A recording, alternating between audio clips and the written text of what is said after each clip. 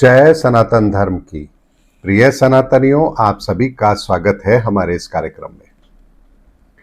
सनातनियों, हाल ही में कुछ दिन पहले मैंने आपको एक वीडियो दिया था जिसमें मैंने कहा था कि 200 साल बाद ये धरती हम मनुष्यों के लिए रहने लायक नहीं बचेगी। मुझे कोई आश्चर्य नहीं है उस वीडियो के कमेंट्स पढ़ करके, क्योंकि मुझे पता है कि लोगों की मानसिकता क्या है। क्योंकि जिस कालखंड के अंदर हम हैं वो कालखंड यही चल रहा है कि हमारी विचारधारा, हमारी मानसिकता ही दूषित है। इसे ही कहते हैं कली का प्रभाव, अर्थात कलयुग, जहां हमारी मानसिकता विकृत होती है।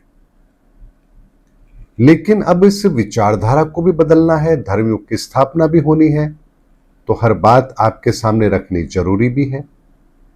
सृजन की बात भी रखूंगा तो संहार की बात भी रखूंगा। तो जहां एक और मैं कहता हूं कि 2027 तक हमें हमारी हर समस्या का समाधान मिलेगा, तो हमें इस पर भी तो विचार करना होगा कि आखिर हमारी समस्याएं हैं क्या। समाधान मिलेगा वो तो बात ठीक है, लेकिन किन किन समस्याओं का समाधान मिलेगा। अगर आप केवल ये सोचते हैं कि आपकी कोई समस्या है, निजी समस्या है, परिवार की समस्या है, नौकरी की समस्या है, लोगों ने आपका अपमान किया है वो समस्या है, भारत की समस्या है, हिंदू मुस्लिम की समस्या है, केवल इसी समस्याओं का समाधान आपको मिलेगा, तो आपके सोच का दायरा तो अभी बहुत छोटा है। समस्याएं तो इससे भी ज्यादा बड़ी हैं। उस वीडियो में मैंने केवल एक आकलन दिया है कि हम कितने नजदीक हैं विनाश के मुहाने पर। यानी अगर कुछ भी नहीं किया गया तो 200 साल बाद में मानव सभ्यता हमारे लिए नहीं रहेगी, यह बात निश्चित है। और मेरी इस बात को समझने से पहले एक बार गूगल कर लीजिए कि दुनिया के अंदर कितना क्रूड ऑयल बाकी है, दुनिया के अंदर कितना कोयला बाकी है। आपको आंसर गूगल ही दे देगा।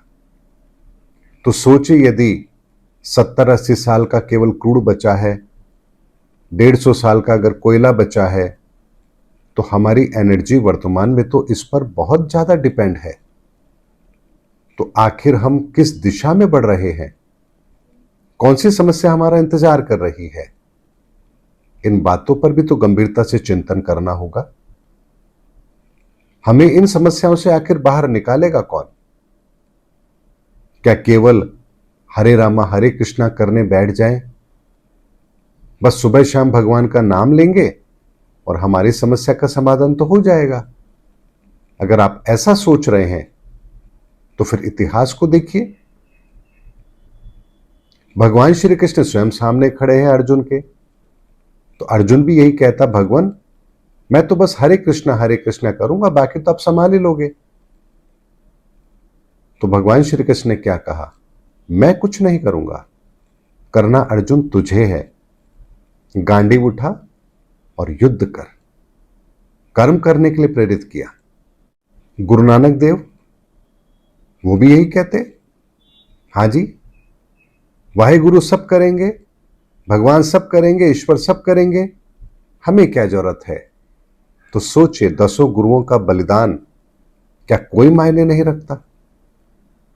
सनातनियों, समस्या को देखना, उसको समझना और उसके लिए कर्म करना, यह हमारे लिए अनिवार्य है।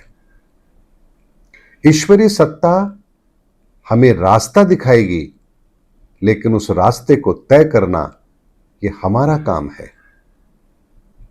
अर्जुन की समस्या थी, नारायण अपने लोक से इस धरती पर उतरकर नहीं आए कि चलो युद्ध मैं लड़ लेता हूं, तुम्हारी जगह सब कुछ मैं ठीक कर देता हूं। युद्ध अर्जुन को ही लड़ना पड़ा। समस्या राम के सामने भी थी, नारायण नहीं आए, राम को ही उस समय की सारी व्यवस्थाओं को संभालना पड़ा। जब मुगलों का आतंक आया तो 10वें गुरु को इस समस्या को संभालना पड़ा। इसीलिए सनातनियों, अगर हमारे सामने भी एक ऐसी समस्या है, वर्तमान के हालात हमें जो दृश्य दिखा रहे हैं, तो क्या इसके लिए हम हाथ पे हाथ धर के बैठे रहेंगे कि हां जी दिसंबर 2027 तो आ ही जाएगा और उस दिन हम आंख खोलेंगे और हमारी हर समस्या का समाधान तो हो ही जाएगा?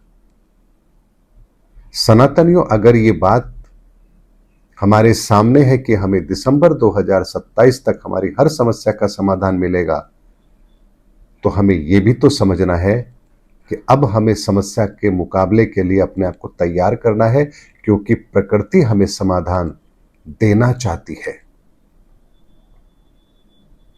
इसीलिए सनातनी एक बात को बड़े ध्यान से समझिए, जब समय हमें परिणाम देना चाहता हो और उस समय यदि हम निष्क्रिय हो जाएं, तो यह हमारे लिए सबसे बड़ी घातक स्थिति होती है।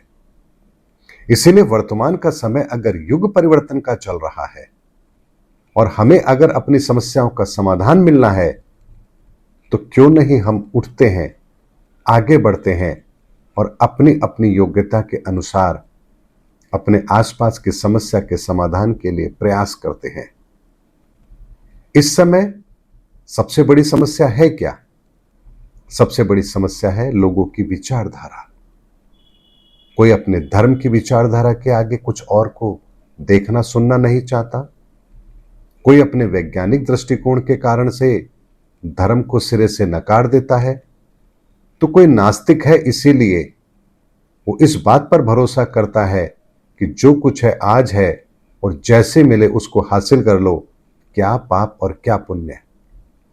तो हमारी जो विचारधारा जो बट गई है, खंड खंड हो गई है, क्या इस विचारधारा को सही करना कि किसका काम है?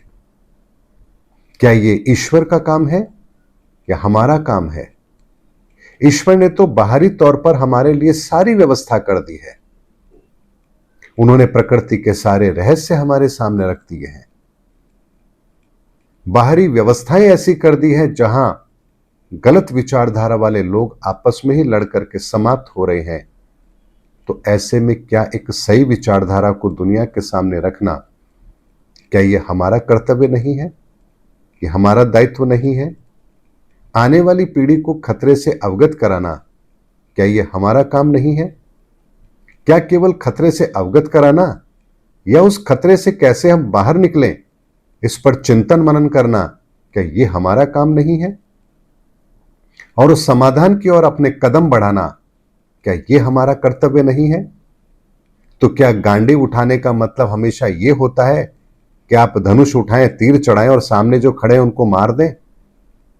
सनातनियों, गांडी उठाने का मतलब यह भी होता है कि आपके सामने जो विचारधारा मुंह खोलकर खड़ी है, अराजकता की विचारधारा, धर्म के विरुद्ध विचारधारा, इन विचारधाराओं के खात्मे के लिए आपको भी अपने दृढ़ निश्चय के गांडीव पर अपने कर्मों के बाण तो चलाने ही होंगे। और आपके सामने भी वही परिस्थितियां होंगी जहां आपके अपने लोग होंगे, अपने परिचित होंगे, आपके अपने ही वो लोग होंगे जिन पर आप भरोसा करते हैं। तब आप क्या करेंगे? अरे, इन्होंने तो हमें हमेशा ये बात सिखाई है और आज ये बात तो कहीं पर भी सत्य प्रतीत नहीं होती है। ऐसे में इनकी बात पर कहां अविश्वास करें? कहीं अविश्वास करेंगे तो कहीं हम पाप के भागीदार तो नहीं बनेंगे। ऐसे बहुत से संशय आपके दिमाग में भी आएंगे, लेकिन ध्यान रखिए, यही होता है धर्म युद्ध, जहां एक और हमारी वर्षों की विचारधारा होती है जिसको हम फॉलो भी करते हैं और उनके परिणाम हमारे लिए कभी भी हमारे पक्ष में रहे ही नहीं है।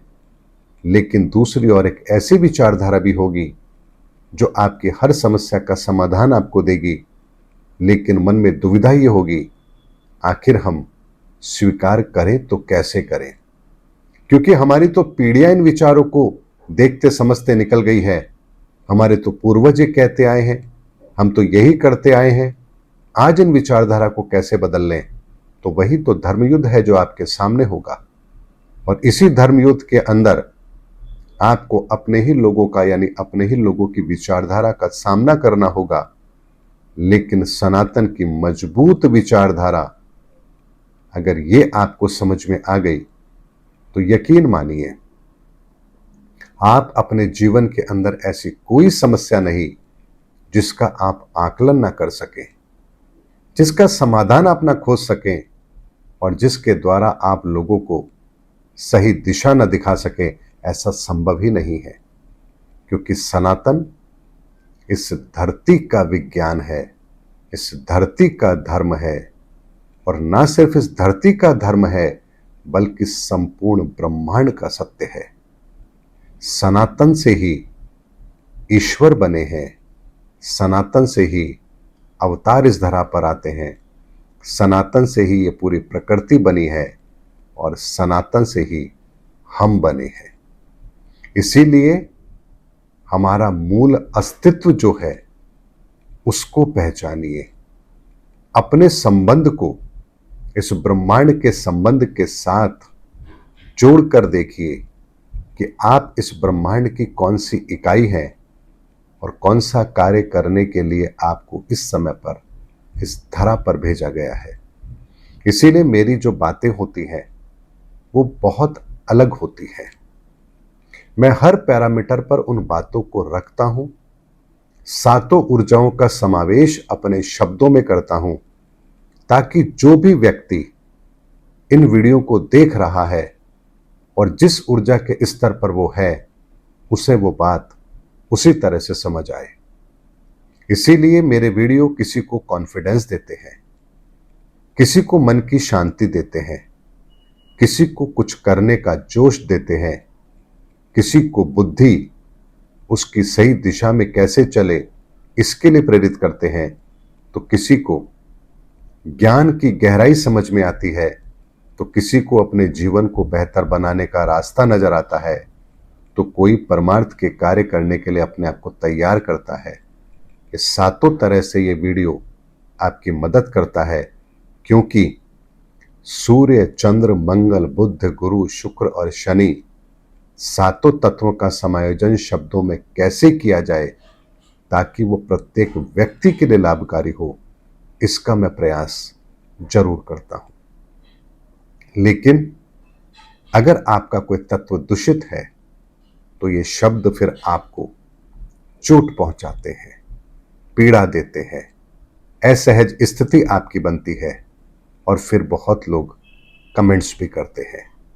तो उन कमेंट्स को पढ़कर मुझे कोई परेशानी नहीं होती, बल्कि मुझे ये पता लगता है कि मुझे अब किस तरफ और काम करना है, लोगों के विचारधारा में कहां अभी भी क्या दूषित विचार पल रहे हैं जिस पर मुझे अभी काम करना है। इसीलिए आपके कमेंट्स मुझे भविष्य में काम करने के लिए एक रूपरेखा देते हैं। इसीलिए आपके कमेंट्स से कभी मैं विचलित होता भी नहीं हूं। लेकिन सनातनियों किसी बात की गंभीरता को समझना आवश्यक है। इसीलिए यदि आप मेरा वीडियो पूरा देखते हैं तो आप मेरी बात अच्छी तरह से जरूर समझ जाएंगे, चाहे फिर आपके तत्व दूषित ही क्यों ना हो। लेकिन यदि आप वीडियो पूरा नहीं देख रहे हैं तो फिर आप भ्रम की स्थिति में पड़ते हैं, और फिर ये भ्रम की स्थिति आपके विचारों के अंदर एक उथल पुथल पैदा करती है, और उसके कारण से फिर आप बाध्य हो जाते हैं ऐसे कमेंट्स करने के लिए जो आपका ही मार्ग अवरोध करते हैं। इससे मेरे जीवन पर कोई फर्क नहीं पड़ता, क्योंकि मैं जो कार्य कर रहा हूं ईश्वर की प्रेरणा से कर रहा हूं, मानवता के लिए कर रहा हूं, और इस कार्य को करने के लिए मुझे किसी के पारितोष की आवश्यकता नहीं है, किसी के धन्यवाद की जरूरत नहीं है, और किसी की आलोचना से मेरे जीवन पर कोई फर्क नहीं पड़ता। उम्मीद करता हूं सनातनियों, जो वीडियो मैंने आप लोगों को दिए हैं उनकी गहराई को समझिए। हर वीडियो में आपके लिए वो सब कुछ है जो आपकी जिंदगी बदल सकता है। मिलेंगे अगले वीडियो के अंदर, तब तक के लिए आप सभी को जय सनातन धर्म की, जय धर्मयुग की, जय सनातन विश्व।